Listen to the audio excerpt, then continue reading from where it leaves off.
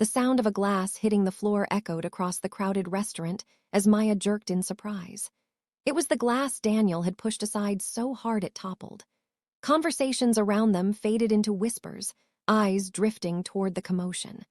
Maya's chest tightened, her fingers gripping the edge of the table as she tried to keep her voice calm.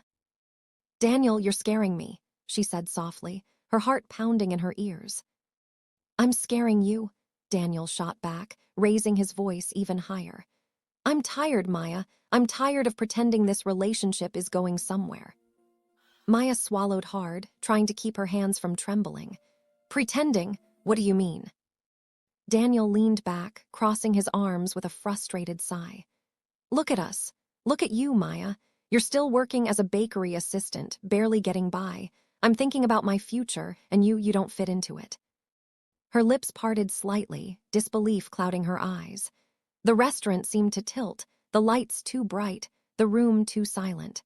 She could feel people watching, strangers witnessing the unraveling of 3 years of her life.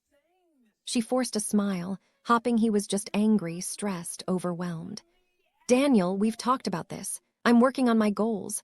Why are you being so harsh tonight?" "Because it's the truth," he snapped.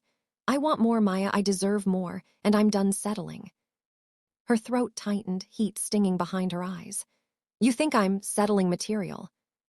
Daniel stood suddenly, pushing his chair back with a loud scrape.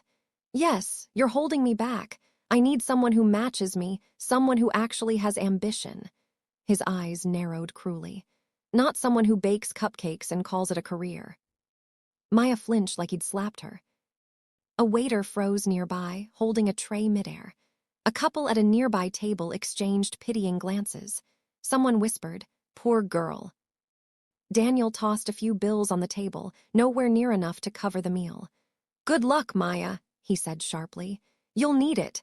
Then he walked out, leaving her staring after him in stunned silence. For a long moment she couldn't move. Her ears rang. Her chest felt hollow, as if the breath had been punched out of her.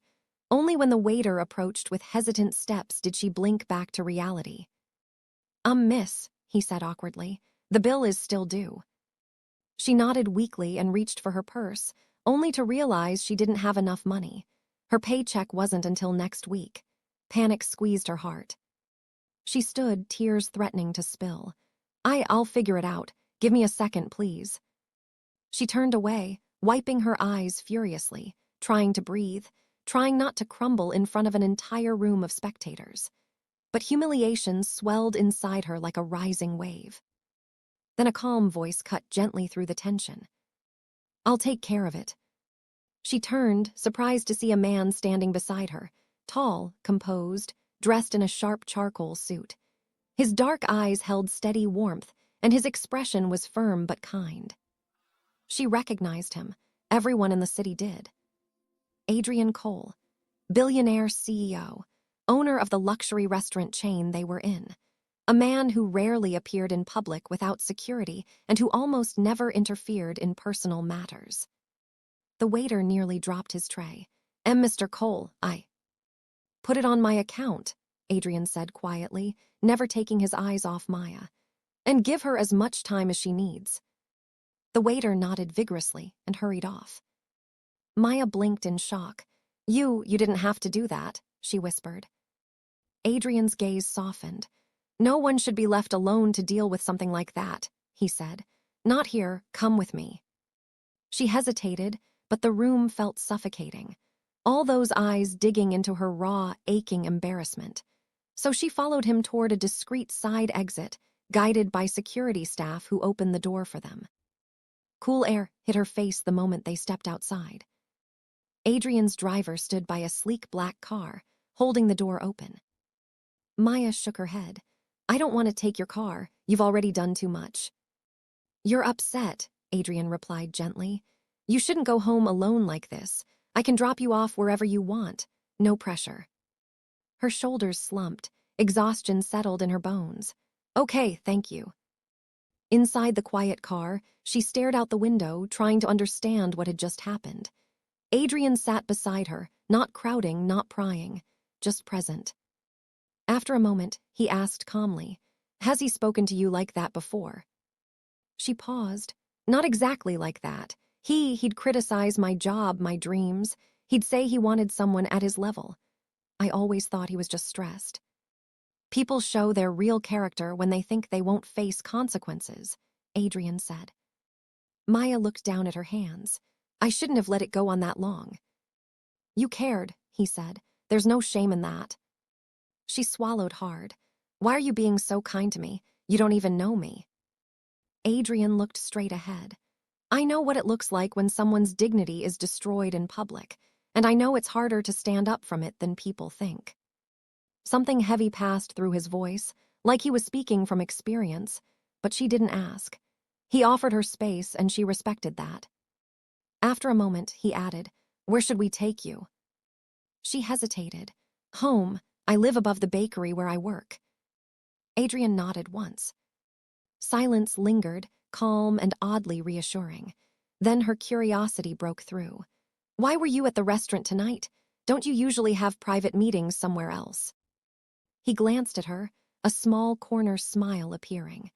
Trying to catch people unprepared all the time becomes tiring. Sometimes it's nice to visit my businesses like a normal person. And witness breakups gone wrong, she said painfully. It wasn't a breakup gone wrong, Adrian replied. It was a man who didn't appreciate what he had. Her cheeks warmed slightly. You don't even know me to say that. No, Adrian said softly, but I know resilience when I see it. You handled yourself better than many executives I've fired. Maya laughed weakly at the unexpected dry humor. The tension in her chest loosened just a little. When the car stopped outside the bakery, she unbuckled quickly. Thank you again. Really, I don't know what I would have done without. Adrian interrupted gently. Maya. She froze. Yes. You mentioned you work here, he said. Have you ever considered doing more with your ideas? She frowned. My ideas? He nodded. New flavors, innovative combinations. You talked about baking like someone who could build something greater. I'm currently launching a culinary branch in the company. We're looking for creative minds. If you're interested, I'd like to see what you can do. Her breath caught.